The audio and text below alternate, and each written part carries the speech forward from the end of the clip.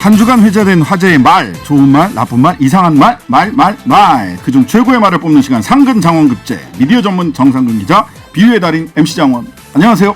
안녕하십니까. 안녕하세요. 반갑습니다. 네, 11월 달이 되면 이 두 분도 네. 마스크를 벗고 같이 방송을 하는 단계적 단계적 일상 회복 네네. 스튜디오로. 뭐 단계적이니까 한 명씩 벌써. 한 명씩 벗을게요. 네네.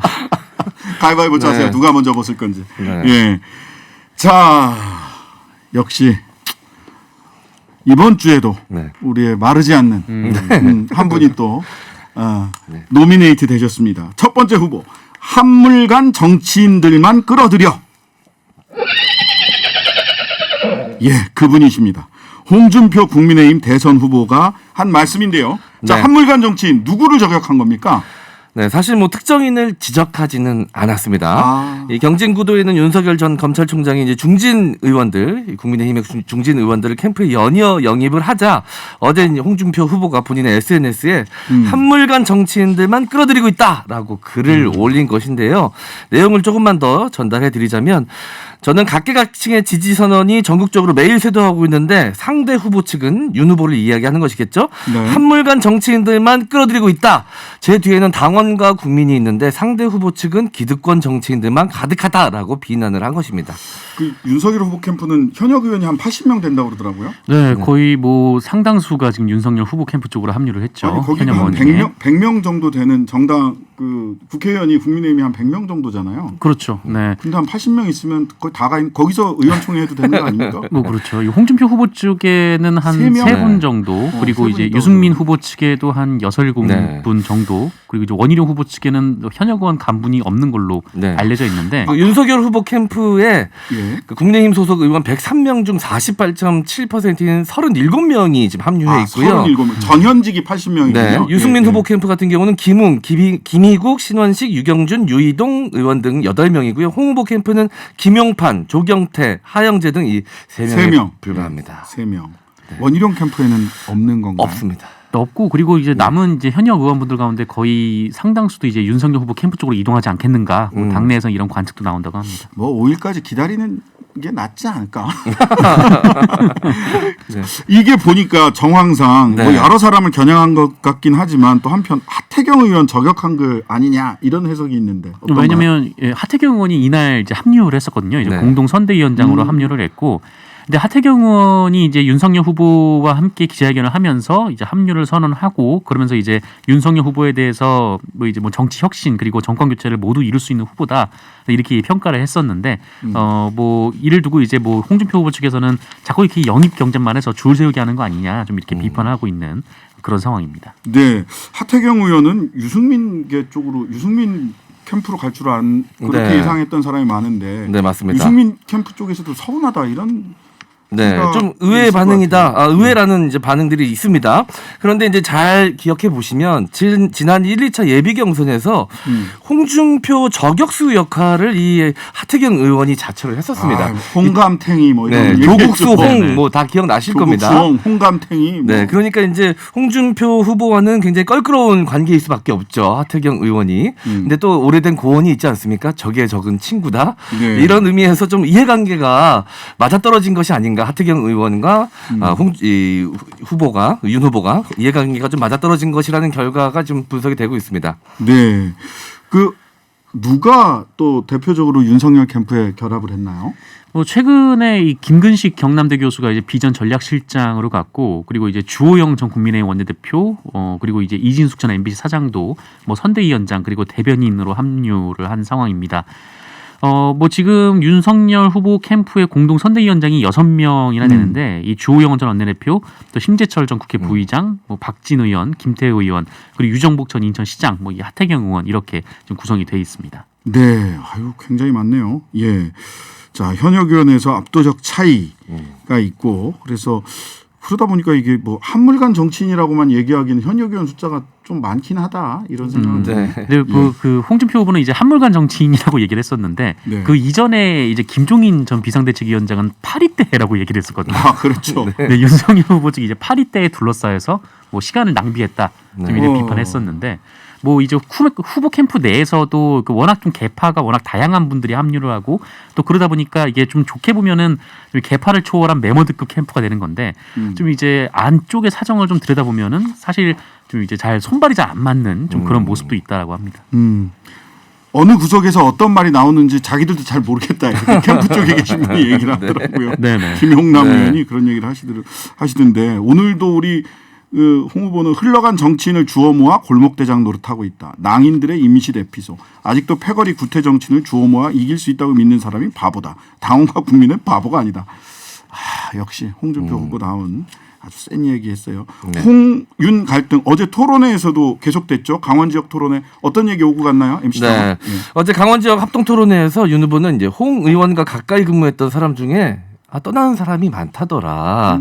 다 배신자 아니냐? 네, 그러니까 뭐 이 홍 후보가 좀 인덕이 없는 거 아니냐라는 뉘앙스의 말을 이제 시작을 했습니다. 대통령 역량으로 제일 중요한 게 리더십인데 홍 후보는 떠난 이들을 배신자라고 부른다. 왜 주변에 배신자가 많으며 리더십 문제를 어떻게 할 것인가라고 이제 물으면서 저는 정치 초심자인데도 많은 분들이 이렇게 찾아온다. 네. 이 전현직 의원들이 다수 자신의 캠프에 참여한 것을 또 과시하기도 했습니다. 네. 자, 또 윤 후보는 고발사주 의혹 해명하려다 되치기도 당했죠. 맞습니다. 이 손준성 검사 공수처 구속영장 기각이 얼마 전에 있었는데 그 윤석열 후보가 이를 이제 언급을 하면서 뭐 어떻게 생각하냐, 뭐 다른 후보들에게 물어보기도 하고 또 이제 송영길 대표 민주당 대표가 지금 선거 개입을 하는 거 아니냐, 좀 이 태도가 좀 이렇게 질문했는데 그런데 이런 질문에 대해서 이제 원희룡 후보가 그걸 왜 나한테 물어보냐라고 답변을 해가지고 재밌더라고요. 네, 좀 다소 민망하게 되는 그런 아니 상황이 방송에서도 뭔가 이제 내가 의견을 피력했는데 다른 출연자분들이 안 받아주면 되게 민망하거든요. 그러니까. 앞서서 좀 상황 설명을 또 길게 하셨거든요. 네, 너무 길게 하셔서 또 길게 하셔가지고 또 그런 상황이었는데 이제 홍준표 후보 같은 경우에는 뭐 정책 토론 하자고 하더니 뭐 지금 이게 웬 네. 질문이냐 좀 이렇게 또 반문하기도 했습니다. 뭐 자기가 하면 정당한 수사고 자기가 수사 당하면 정치 공작이냐? 네. 참 딱하다 이런 네. 얘기도 하셨어요. 자, 이 뭐 재미있는 얘기들이 역시 우리 홍준표, 윤석열 두 분 입에서 굉장히 많이 나오고 있습니다. 어쨌든 오늘은 한물간 정치인들만 끌어들인다라는 홍준표 후보의 이야기 네. 여기까지 한번 살펴봤고요. 자, 두 번째 후보는요. 고인과 생전 인연은 어떻게 되는가? 전 대통령 노태우 씨 빈소에서 취재하던 한 기자의 질문이었죠. 현장 음성 먼저 한번 들어보시죠. 혹시 고인 유족분들께 특별히 전하신 말씀 있으실까요? 미래의 말을 제가 전했어요. 부인과 생전의 인연은 좀 어떻게 되시는지. 고맙습니다. 이거 SNL 코미디 프로그램에서 나왔던 것 같아요. 그 주기자, 인턴 주기자 내용 같은 그런 느낌이 좀 전달되긴 합니다. 예. 실제로 이 목소리가 굉장히 애띤 기자분이신 걸로 봐서 그러니까. 아마 연차가 얼마 안 되는 주니어 기자이실 것 같다는 생각이 좀 들어요. 사실 이제 장례식장에 가면 이제 기본적으로 던지는 질문들이거든요. 네네네. 고인에 대해서 좀 어떻게 네. 회고를 하시는가, 뭐 고인과의 관계가 어떻게 되시는가, 네, 이런 질문인데 네. 근데 최태원 회장한테 이거 물을 질문은 아닌데. 하필 또 질문을 네. 받으시는 분이. 자, 혹시 모르시는 분이 계실지 네. 모르니까 네. 노태우 씨와 최태원 회장과의 SK 최태원 회장과의 관계를 좀 말씀을 네. 해주세요. 네, 장인 어른과 사위 관계죠. 이 노태우 법적으로는, 대통령의 네, 법적으로는. 이제 딸이 이제 노세현 관장과 이제 최태원 SK 회장이 이제 결혼을 한 사이인데 그런데 참 지금 현재는 이제 이혼 소송 중에 있습니다. 소송 현재. 중에 있어요. 네, 소송 중에 있고 지금 좀 상황이 좀 안 좋은 상황인데 뭐 그럼에도 불구하고 이제 고인이 돌아가셨으니까 최태원 회장 입장에서는 와야 되는 자리인 거죠. 네. 그래서 왔는데 거기서 이제 관계가 어떻게 되냐라고 물으니까 참 최태원 회장 입장에서도 어떻게 대답을 해야 되는 건가 싶었을 겁니다. 아마. 법적으로는 사위입니다. 이렇게 얘기를 해야 되나? 그렇죠. 엑스 남편입니다. 이렇게 얘기해야 네, 되나? 아직 이제 이혼 소송이 끝난 건 아니기 때문에 아직 법적으로는 부부니까요. 예. ING 남편이 이래야 되나? 뭐라고 얘기를 해야 됐을까요? 굉장히 좀 당혹스러운 상황이 아니었을까. 아마 그래서 네. 대답하기가 좀 애매해서 이제 웃고 그냥 지나간 게 아닌가 싶습니다. 네.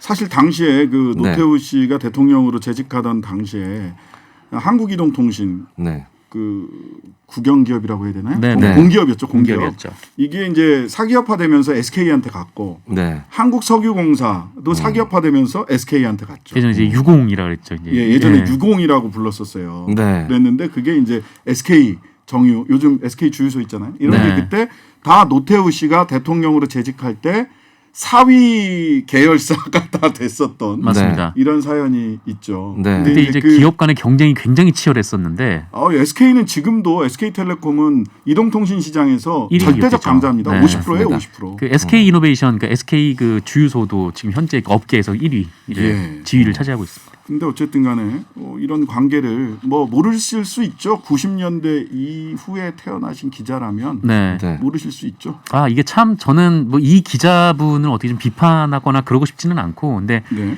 다만 그 한국 언론에 좀 현주소가 좀 나온 거 아닌가라는 생각이 들어요. 그러니까 네네. 뭐 어떤 사건이 벌어졌을 때 혹은 어떤 일이 있었을 때 여기에 이제 취재를 보낼 때 좀 네. 이게 이 이슈에 대해서 잘 아시는 분 혹은 뭐 이제 이 상황에 대해서 잘 아시는 분을 이렇게 보내는 게 아니라 또 그 당시 이제 현장에 있는 아마 이제 그 경찰 출입 기자 분들 중에 말진. 좀 이제 저연차 분들이 가서 그 현장을 지키면서 계속 멘트를 이제 받았던 것 같은데 네.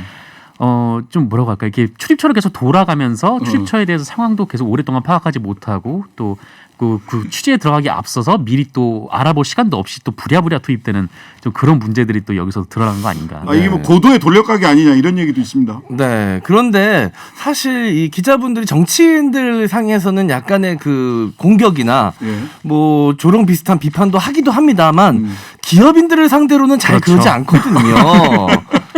그런데 기자가 굳이 이렇게 그 최태원 회장에게 그런 식으로 질문을 해서 곤란하게 할 이유가 없습니다, 사실. 가장 곤란한 사람은 질문한 분이네. 네. 그런 것 같아요. 아마 모르고 질문하지 곤란에 않았을까. 처하신 분은. 근데 이제 사회 초년생이신 것 같은데 지금 네네. 이 굉장히 언론에 집중을 받고 있는 상황이어서 여론에 집중을 받고 있는 상황이어서 아이고. 굉장히 힘든 시간을 보낼 것 같아서 좀 안타깝기도 합니다. 예. 한편으로는 좀 아이고 이래도 되나 싶고 한편으로는 안타깝고 그래요. 기자들 분위기는 어떻습니까? 뭐 현장에 있었던 기자들도 그렇고 뭐 이 상황을 보는 기자들도 그렇고 좀 얼굴이 빨개지는 상황이 된 거죠. 네. 근데 자. 이게 이 사건만 있었으면 그렇게까지 예. 회자가 안 됐을 텐데 또 다른 여러 사건이 가지 있었다고요. 또 앞에 예. 일들이 좀 기억이 나요. 왜냐하면 과거 이제 조국 전 장관 사태 때 그 조국 전 장관 자택 압수수색 할 때 당시에 근처에 있던 기자분들이 그 음식 저기. 배달하시러 오신 분한테 했던 질문들이나 막 때로 몰려가서 이랬던 모습들이 좀 같이 떠오르면서 네네. 이제 언론에 대한 불편함이 이번 일로 좀 터져 나온 게 아닌가 이런 생각도 듭니다. 그러니까 뭐 그런 종합일간지 소속 한 기자는 현장 기자들끼리 어쩌다 이런 얘기를 나눴다. 어쩌다 우리 업계 수준이 이렇게 떨어졌냐. 자조하며 슬퍼했다. 네. 그 선배 기자들이 네. 그렇게 얘기할 바는 아닌 것 그렇죠. 같아요. 이게 자조할 일이 아니고요. 네, 부끄러워하고 스스로 네. 우리 후배 기자들한테 나는 네네. 어떻게 현장 취재 노하우를 전수를 했냐. 좀 이렇게 좀 안에서 바꿔야 되는 문제인 것 같습니다. 이거는. 예. 네, 자조할 일이 아니고요. 자 여기까지 이 정치인 장례식 에피소드 뭐 여러 가지 더 있는데 여기까지 하고요. 자, 세 번째 후보 네. 얼마만큼 깎았는지 짐작도 못하겠다. 이게 뭔 소린가 싶을 거예요. 뭘 얼마나 깎았다는 얘기지? 중의원 선거 준비하는 일본의 한 공무원이 했다는 말이에요. MC 장원 이게 무슨 말인가요? 네, 이제 일본 공무원들이 다가오는 31일 총선을 맞아서 이 투표에 쓰일 연필 1만 자루를 하나하나 직접 깎고 있다고 합니다. 뭐야? 이거 설명을 좀 해드릴 필요가 있을 것 같아요. 네네. 왜 연필이냐 싶으신 분들이 좀 계실 것 같은데 네. 일본은 유권자가 투표용지에 후보자 이름을 한자나 히라가나로 직접 직접 써야 쓰도록 돼요. 하는 이 자필 기술식 방식을 70년 넘게 유지를 하고 참 있습니다. 희한해요. 네, 일본 공직선거법 46조는 선거인은 투표용지에 후보자 1명의 이름을 자필로 써서 투표함에 넣어야 한다라고 규정이 되어 있기 때문인데요. 이 투표 방식이 세습 정치인이나 여권의 기성 정치인들에게 좀 유리하다는 게 문제로 좀 지적이 되고 있어서 세습 정치인들한테 절대적으로 유리합니다. 네. 왜냐하면 아버지 이름 썼던 사람이 네. 아들 이름 쓰는 건 쉽거든요. 익숙하니까. 예, 예. 그리고 또 이제 한 행만 틀려도 이게 무효표로 무효표예요. 처리가 되기 한 행만 때문에 틀려도 무효예요. 유권자들이 안 틀리려고 익숙한 이름을 쓰기도 한다고 해요. 맞아요. 그래서 이제 일부 후보들은 아주 쉬운 이름을 골라서 개명을 하기도 한다고 합니다. 자, 그래서 이제 이름을 써야 되는 상황인데 네. TV 아사히에 따르면 이 4년 만에 중의원 선거가 코로나19 감염이 계속되는 가운데 치러지기 때문에 감염 방지 대책으로 유권자들로 하여금 쓴 이 이 필기 도구를 가져가게끔 하는 방침을 이제 정한 겁니다. 이런. 그러면서 연필을 잔뜩 산 거예요. 근데 연필을 깎아서 팔진 않잖아요. 그렇죠. 그러니까 이제 직접 깎아야 되는데 깎을 사람이 누가 있습니까? 공무원밖에 없는 마땅 거죠. 공무원들이. 그래서 앉아서 지금 다 방망이 깎던 노인들처럼 앉아가지고 연필을 몇만 자루를 지금 깎고 있다고 합니다. 와, 이게 정말 중의원 한번 해산했다간 공무원 공직사회가 그냥 발칵발칵 네. 뒤집겠네요. 이야, 정말 이 아날로그 행정, 일본 아날로그 행정 정말 유명한데 네. 또 어떤 게 화제가 돼 있나요? 네. 코로나19 사태 때도 있었죠. 그러니까 네. 우리나라는 이제 코로나19가 되면 이제 뭐 각 지자체에서 전산으로 집계를 해서 이제 중앙대책본부에 이제 바로 전송이 되지 않습니까? 그래서 아침에 몇 명이다 이게 딱 나오는데 그 일본 같은 경우에는 이 수기로 이제 접수를 하고 그다음에 팩스로 이거를 접수해요, 팩스로 네, 전송을 합니다. 그래서 네. 이게 그날 만약에 오늘 확진자가 내일 통계에 반영이 안 될 수도 있어요. 네. 네, 모레 될 수도 있고 그 다음 날 될 수도 있는 맞아, 좀 그런 맞아. 황당한 일이 있어서 그러니까 일본의 이 행정 시스템이 좀 지금 21세기에 지금 너무 뒤떨어진 네. 거 아니냐 좀 이런 지적들이 많았습니다. 그러니까 도장 그 누구야 우리 손정희 씨가 네. 그 손정희 회장 소프트뱅크 손정희 네. 회장이 이게 원격 근무를 하는데 도장 찍으러 나가야 돼서 너무 불편하다.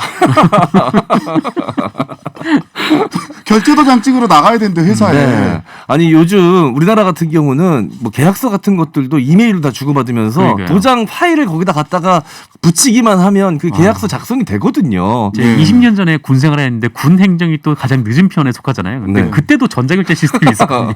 그러니까 네, 똑똑합니다. 되게 일본. 굉장한 나라입니다. 네. 연필을 깎고 있다. 아니 우리는 그 도장 찍는데 네. 그 코로나 때문에 장갑 네, 일회용 비닐장갑을 장갑 끼고 꼈었죠. 장갑을 하는 방식으로 했는데 여기는 네. 그냥 연필은 보너스. 네. 공무원들은 열심히 방망이 깎던 노인처럼 네. 연필을 깎아라. 자 마무리할 시간입니다. 자, 이 세 개 네. 한물간 정치인들만 끌어들여 홍준표. 고인과 생전 인연은 어떻게 되는가? A 기자. 얼마만큼 깎았는지 짐작도 못하겠다. 일본의 한 공무원. 누구를 추천하시겠습니까? 저는 좀 안타까운 마음을 좀 더해서 지금 연필 깎느라 너무나도 고생 중이신 일본 공무원분들께 한 표를 좀 드리고 싶네요. 사실 엄청난 자책이 좀 들 것 같아요. 내가 이러려고 공무원 됐나 이런 내가 생각이 이러려고 공무원 됐나? 여러 가지 생각이 드실 거 아닙니까? 너무 좀 저희 입장에서는 우습긴 하지만 네. 당사자분들한테는 여러 가지 감정을 들게 하는 일일 것 같아서 네. 근데 그 듣고 있기 깎은 힘드네요. 그 깎은 연필들 그거 모아도 땔감으로 써도 될 정도로 많긴 밑에 깎인 것만. 아니 캠핑하시는 분들은 불지필 불멍 예.